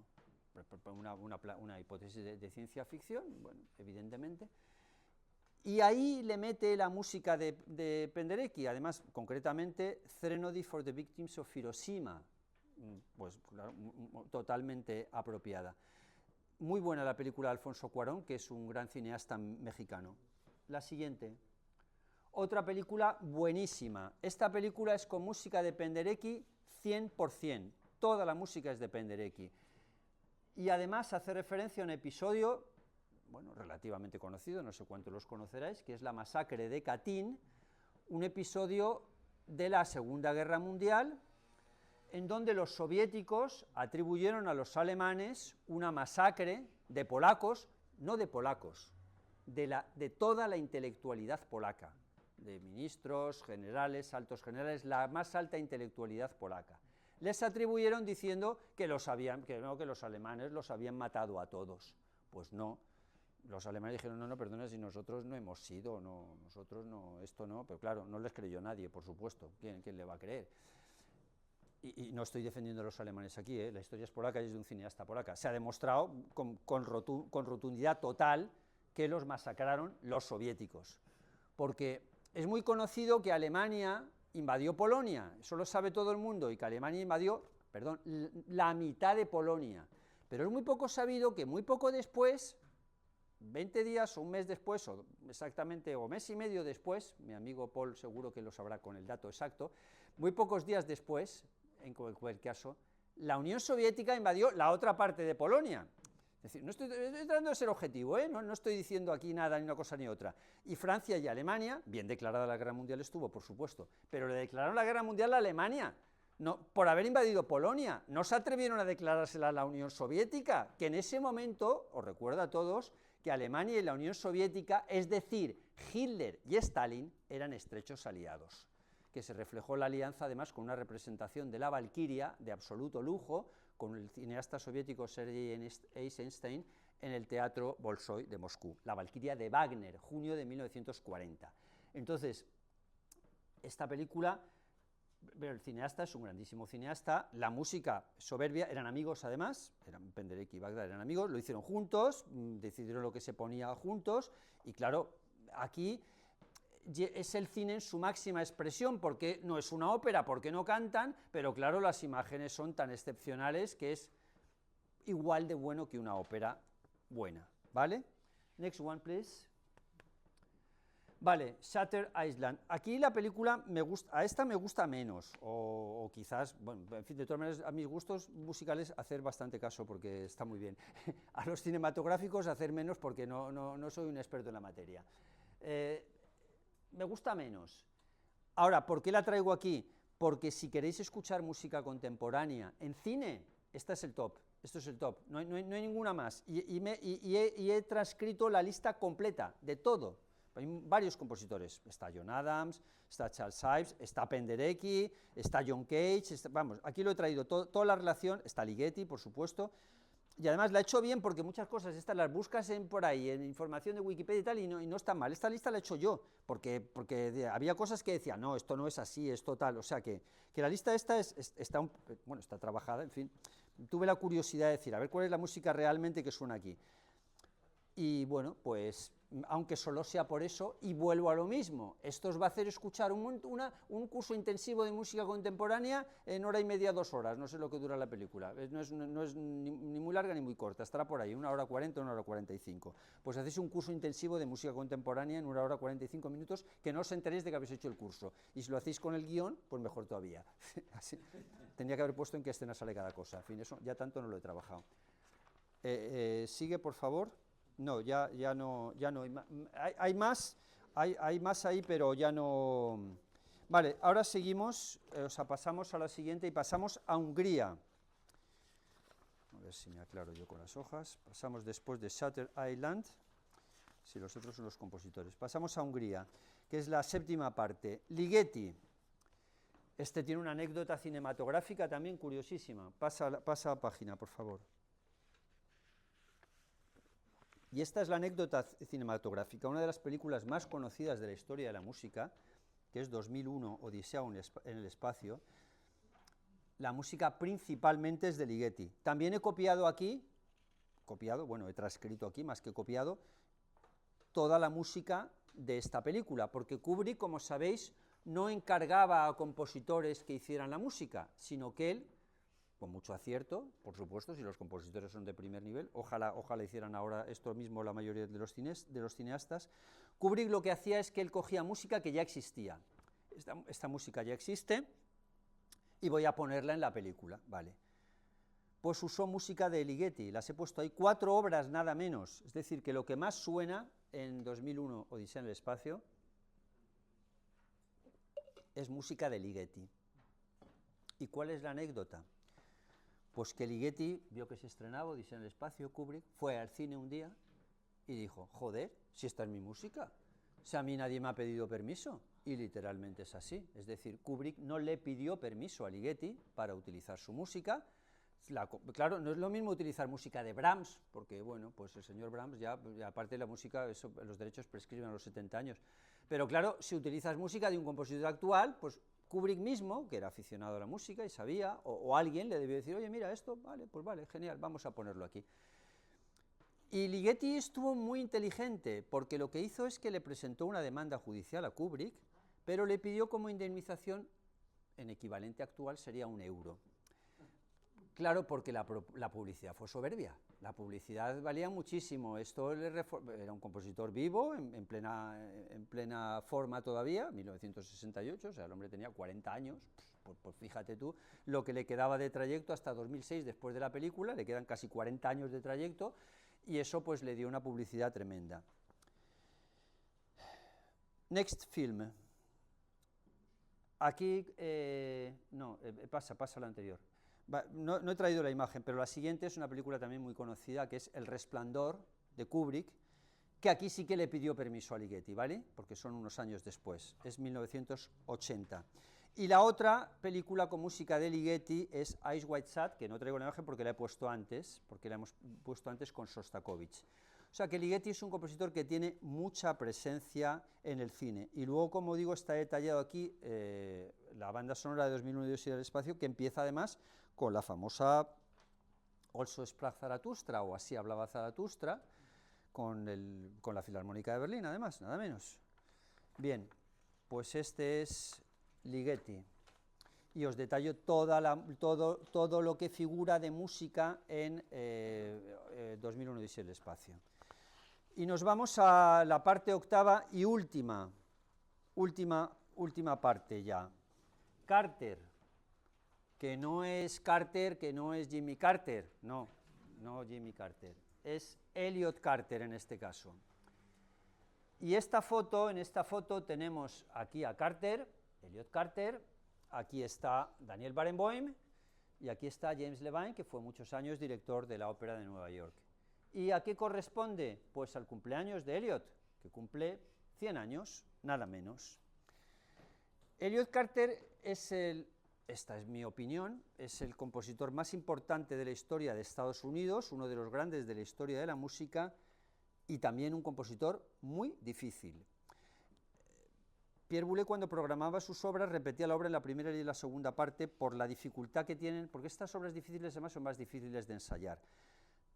Pero que sea difícil no significa que no sea significativo, importante, y desde luego, desde un punto de vista objetivo, sí que es el compositor más longevo de la historia de la música, porque vivió 103 años, esto es objetivo, y el compositor que ha escrito obras a una edad más avanzada. Aquí nuestro querido presidente del Casino seguro que le va a emular y nos va a obsequiar con un libro que está preparando, y más porque Elliot Carter llegó a escribir obras geniales con 102 años de edad.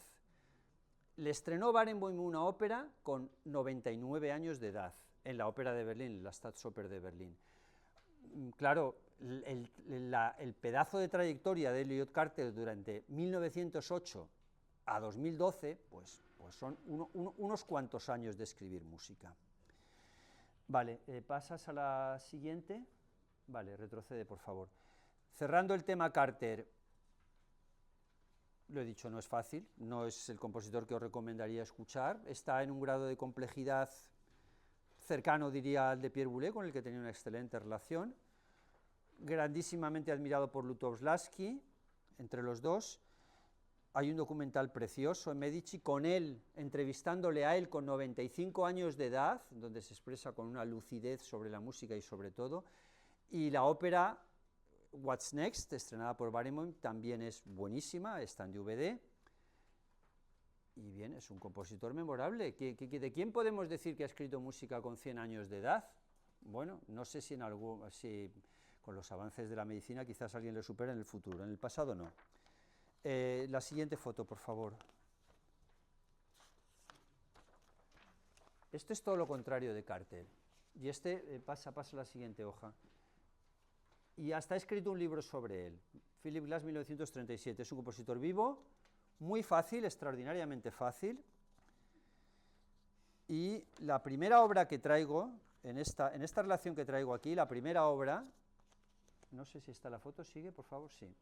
Esta obra no es de Philip Glass, explico por qué la traigo ahora. ¿Qué es Philip Glass? Es todo lo contrario, Philip Glass es el minimalismo, es decir, la música extraordinariamente fácil, extraordinariamente sencilla, extraordinariamente repetitiva, a mi juicio muchas veces excesivamente repetitiva, demasiado, pero bueno, cada uno le puede gustar lo que le guste. Yo he tratado de profundizar y por eso escribí el libro, porque es la mejor manera de profundizar, hay cosas que me gustan mucho. Y esta obra, no sé si la conocéis o no, es quizás la obra más singular y original de la historia de la música, es el minimalismo ya total, es de John Cage, compositor de Estados Unidos. Bueno, ahora es menos conocido, pero ha sido bastante conocido. 4:33. ¿Qué significa 4:33? Significa que la obra dura 4 minutos 33 segundos. Pero es que es una obra en la que no suena sonido alguno. ¿Cómo que no suena sonido alguno? ¿Y esto qué obra es? Está en la plataforma de la Filarmónica de Berlín con Kirill Petrenko de hace relativamente poco, o sea que es una obra que se hace. Bien. ¿En qué consiste la obra? Llega el pianista, se sienta al piano, se pone ahí y no toca nada, ¿vale? Cuando pasa minuto y medio, baja la tapa y sube la tapa. Segundo movimiento. Luego sigue sin tocar nada. Levanta la tapa, baja la tapa, sigue sin tocar nada, pasan 4 minutos 33 y se ha acabado la obra. Eso es la obra. El propio John Cage dijo, tío, macho, menuda mierda de obra que has hecho, ¿eso qué es? eso lo puede hacer cualquiera, le dijeron. Macho, menuda obra, más minimalista que eso no hay nada, ¿no? Porque ya, por eso digo que es la introducción al minimalismo, porque Glass siguió a Cage. Y dice, tío, ¿esto qué es? Dice, vale, lo podrá hacer cualquiera muy bien. Dice, ¿y quién lo ha hecho? Lo he hecho yo, a nadie se le ha ocurrido. Y luego fue muy gracioso también, y dice, bueno, y señor Cage, que porque claro, estas cosas ya están en la tele, además, está en la televisión, está en YouTube, porque pues, claro, hay entrevistas, etcétera. De Mozart no hay muchas entrevistas en YouTube, con Mozart me refiero, claro. Y dice, ¿y usted qué prepara ahora? Pues estoy reflexionando sobre cómo hacer la versión orquestal. Y efectivamente hizo la versión orquestal, que es, llega el director, está en la Filarmónica de Berlín, si lo queréis ver, los que tengáis. Yo para música sinfónica y conciertos recomiendo la Filarmónica de Berlín y para ópera el Met de Nueva York. Así tenemos Estados Unidos y Alemania. No hay, la competencia, lo demás está a años luz de ese nivel. Bueno, Medici también está muy bien, pero en fin. No es lo mismo de uniformidad. Y bueno, llega aquí el Petrenko, director titular de la Filarmónica de Berlín, llega ahí hace 3 años además, cuando estalló la guerra de Ucrania. Y dice, bueno, sí, claro. Hombre, ¿en qué consiste la música? En el ruido ambiental. ¿Cuál es el ruido ambiental? El público. Porque claro, si tú llega el pianista a decir, pero ¿qué cojones, con perdón de la palabra, qué está pasando aquí? ¿Qué es lo que está haciendo aquí? ¿Esto qué es? ¿Qué pitorreo es este? ¿Cuándo empieza el concierto? ¿No? Sobre todo si lo haces de primera obra o de... Y bueno, pues es el ruido ambiental y tal. En fin, pues... Bien, pasamos a Philip Glass. Esta no dura 4:33, sino que dura 5 horas.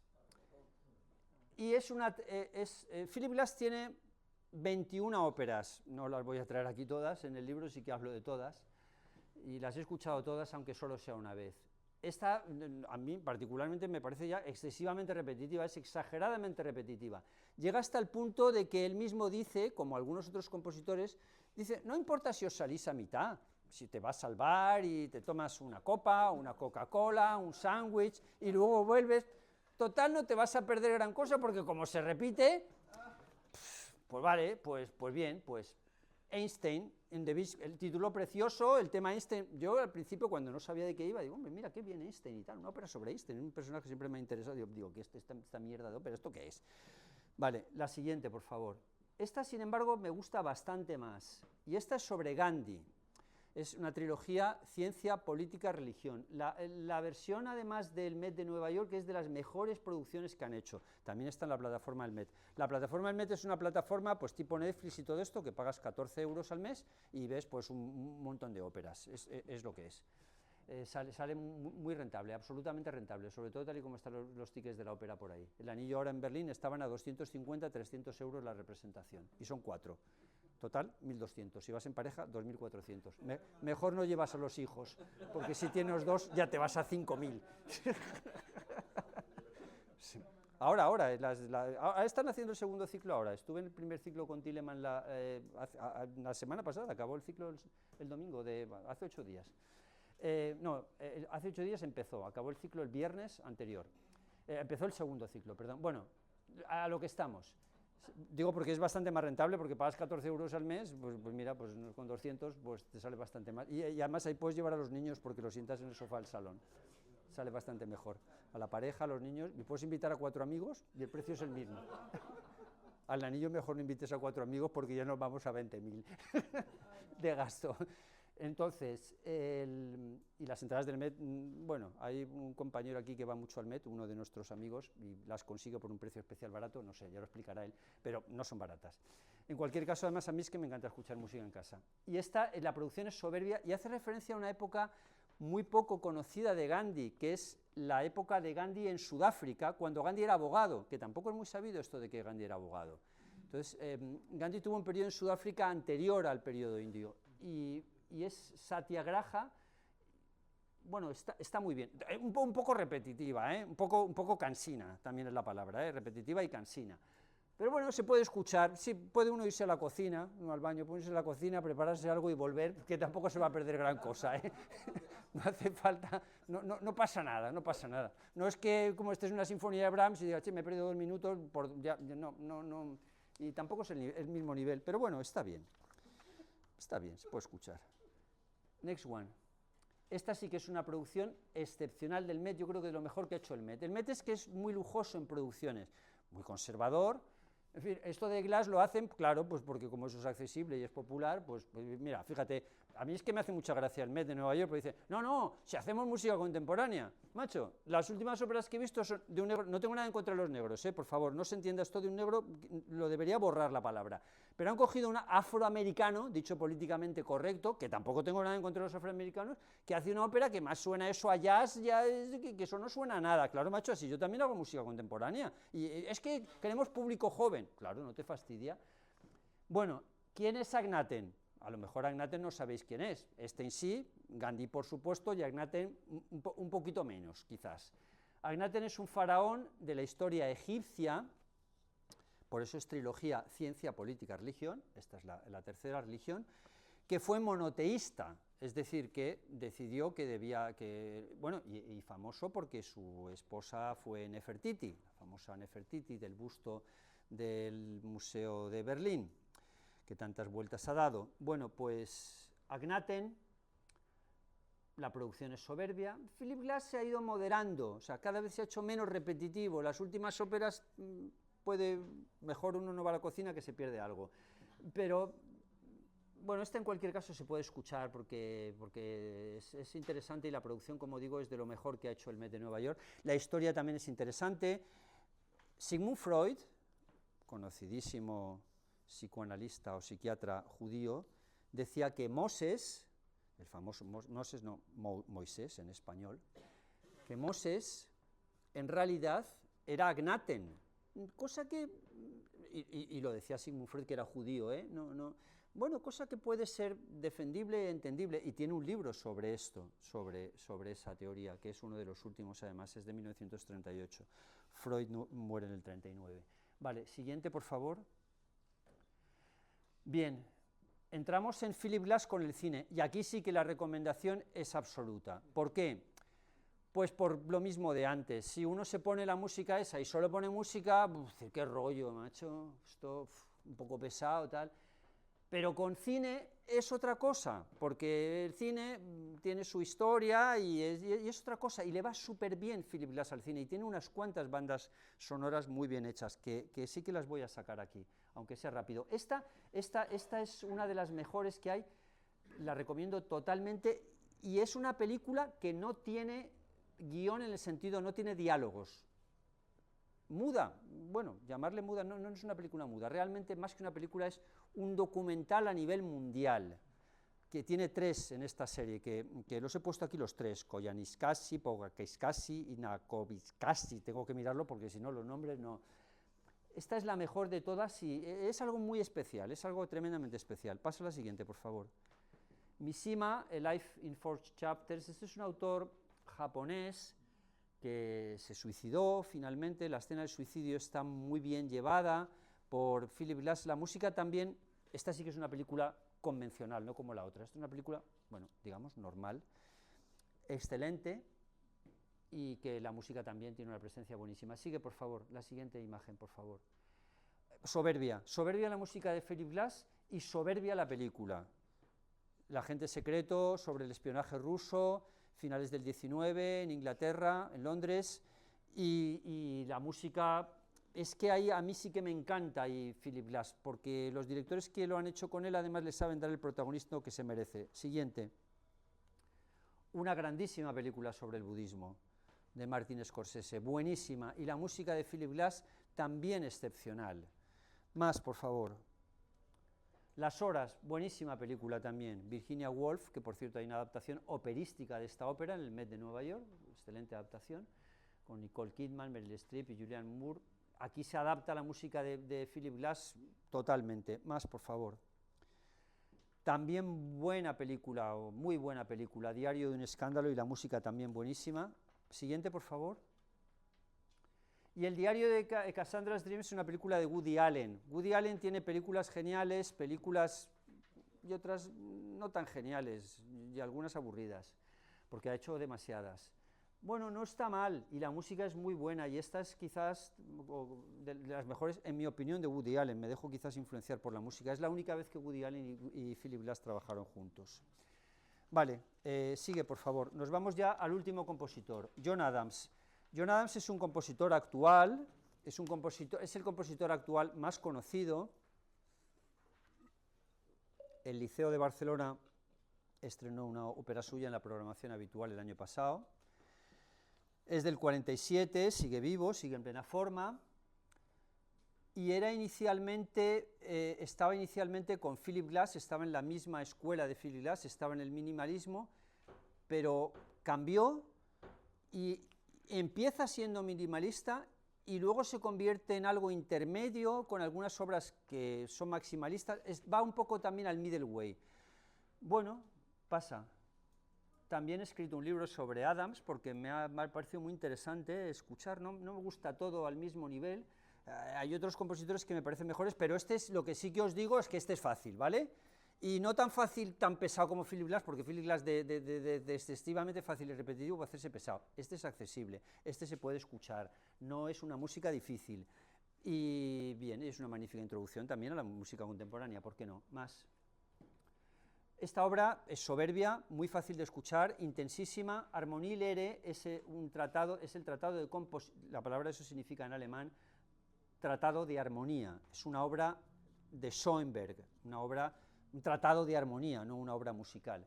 Bueno, le ha dado este título John Adams, no sé con qué motivo realmente, pero la obra ya ha dejado el minimalismo, no pasa tampoco a un estilo complejo y es absolutamente genial. Sigue, por favor. Bien, y esta es una de las mejores óperas de Adams, que está también en la plataforma del MET, no tengo acciones del MET, ni me dan comisión, ni de la Staatsoper de Berlín tampoco. Bueno, aquí lo tenéis, Nixon in China. Bueno, pues qué bien que Adams eligiera un tema político para una ópera, y además no en ese momento, sino bastantes años después, porque la ópera es de 1987.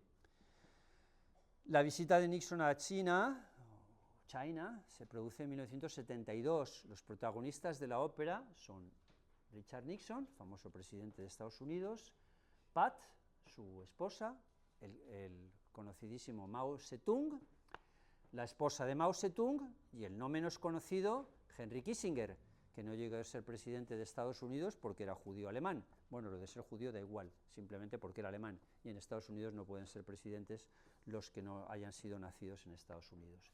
Pues esos son los 5 protagonistas de la ópera. Es muy fácil de escuchar, yo diría casi que un poco demasiado fácil de escuchar, esa es mi opinión, claro. Seguro que no será la vuestra, a lo mejor, no lo sé, pero os la recomiendo plenamente y se podrá encontrar también en YouTube. Esta producción es muy buena, se ha hecho mucho en muchos teatros de ópera diferentes. La estructura del relato es convencional también, pues el debate sobre el comunismo, como la mujer de Nixon, cómo se sorprende, y hace referencia a un acontecimiento político de una enorme importancia como fue la apertura de Estados Unidos con China, en un acierto enorme, tanto de Kissinger como de Nixon.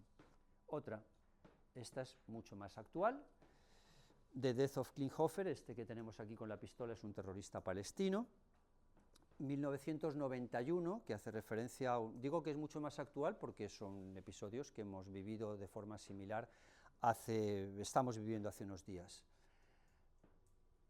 Se refiere la ópera a lo que dice el título, es un episodio histórico real también, que es la muerte de Klinghoffer. ¿Y quién es Klinghoffer? Klinghoffer, si no lo sabéis, era un judío estadounidense que era pasajero de un crucero, se llamaba el Aquile Lauro, y iba en silla de ruedas. Los terroristas palestinos secuestraron el crucero, que estaba lleno de pasajeros judíos, secuestran el crucero, dio lugar a un gran conflicto internacional, etcétera, que se relata aquí, y además hay una versión cine, me refiero a versión cine, que es la misma música de Adams, pero hecha en versión cine.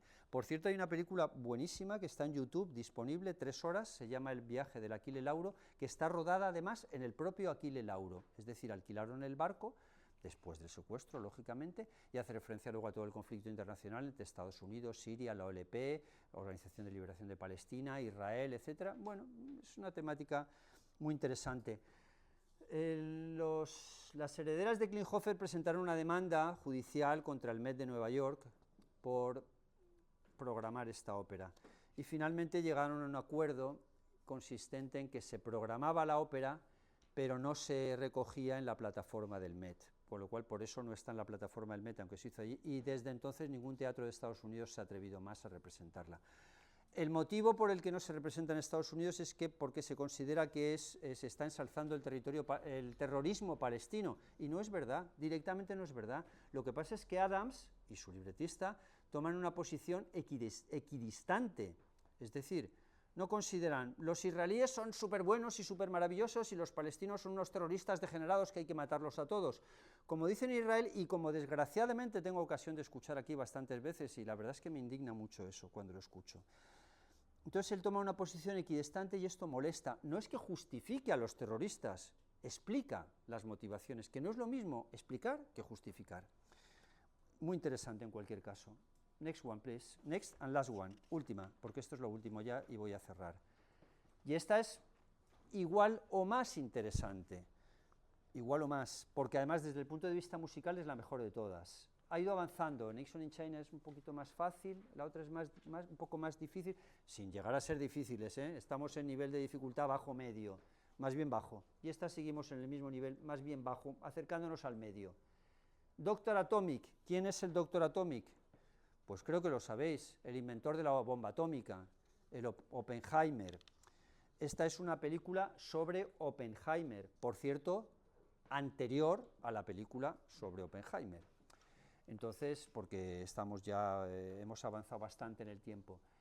Muy buena la producción también del Met, muy buena la historia, muy buena la presentación del conflicto que tiene toda la situación que se genera con la creación de la bomba atómica. Bueno, espero no haberos aburrido con muchos nombres, y espero haber sido relativamente ameno dentro de lo que cabe. Esto es una presentación y un guión para animaros a escuchar más música reciente, o a ver películas. Espero haberos aportado algo y espero que al menos una de mis sugerencias sea estimada y apreciada. Y si os aburre al empezar a los 20 minutos, pues lo dejáis estar y ya está. Muchas gracias.